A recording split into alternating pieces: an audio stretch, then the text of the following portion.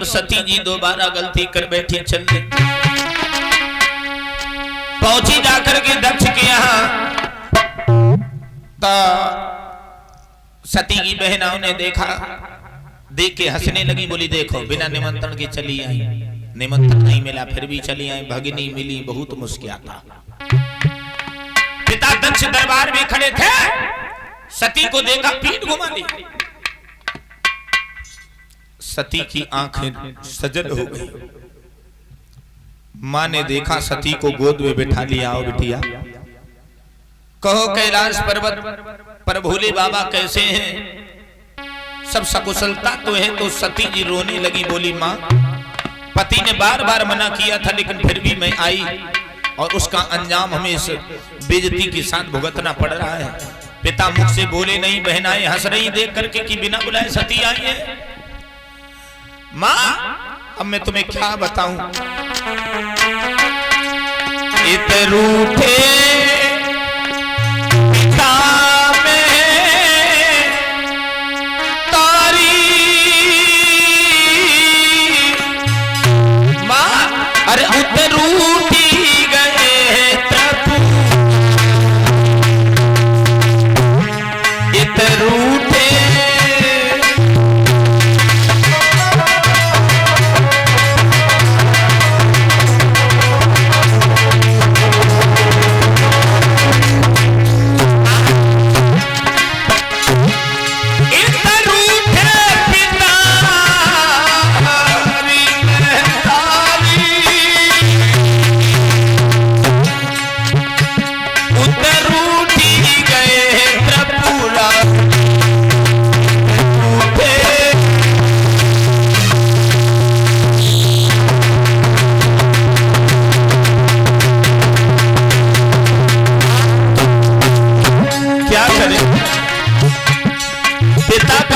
छूट गया, पति ने भी ठुकरा दिया।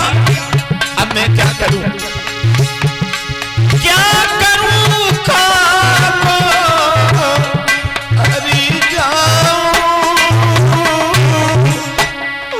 मां अपनी दिल की खिद को सुना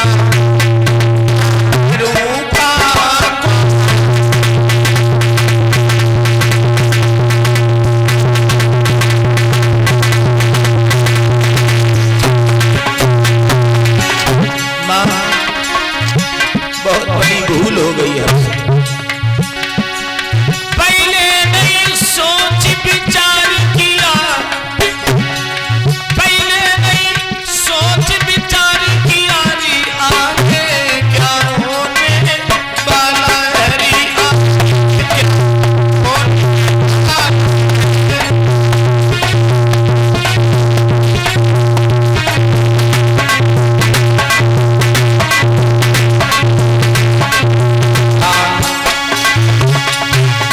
सती रोती नहीं। काफी समय हो गया, मां ने समझाया बेटी रो नहीं, आगे बढ़ी जहां यज्ञ चल रहा है, विद्वत द्विज ब्राह्मणों के द्वारा यज्ञात में महामंत्रों से आहुति लगाई जा रही है।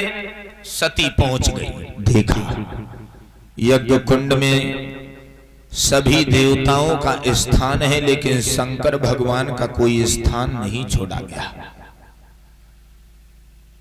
अपना अपमान तो सती ने सह लिया लेकिन अपने पति का अपमान नहीं सह सकी और कहा हे कुटिल पिता, पहला पिता तू होगा जो अपनी आज बेटी को मरने पर मजबूर कर रहा है। कुंड के पास दोनों भुजाएं ऊर्ध्वाकार कर ली, ब्रह्मा जी के चरणों में ध्यान किया। सती ने कहा हे ब्रह्मा जी अब मैं जीवित नहीं बचूंगी, पवन देवता से विनती की है, पवन देव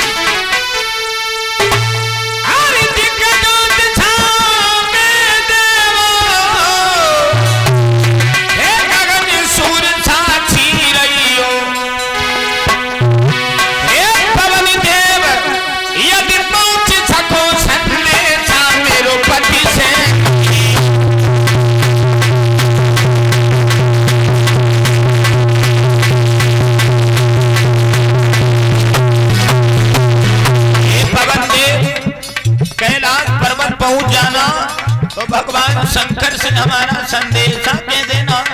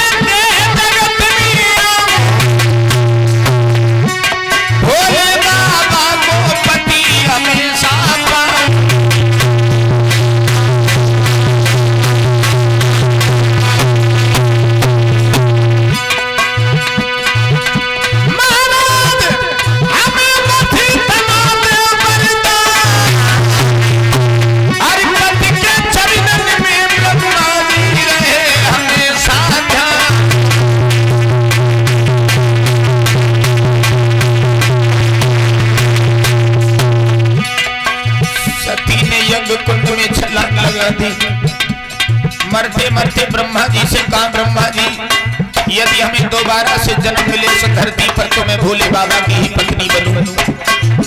भैया कई के तनी बात सती अग्नि में कूद गई।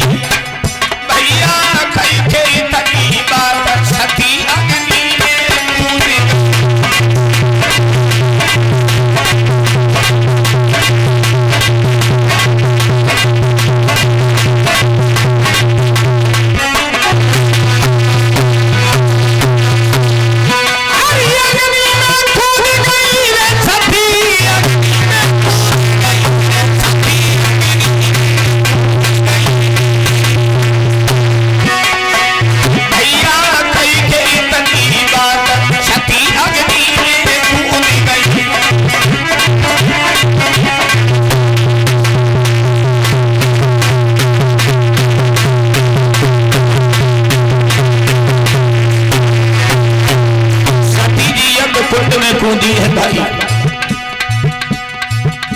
इधर भगवान शंकर को अवगत हुआ गणों के द्वारा दो जटाओं को खड़कर जमीन पर पटका। वीरभद्र भद्रकाली उत्पन्न हुए।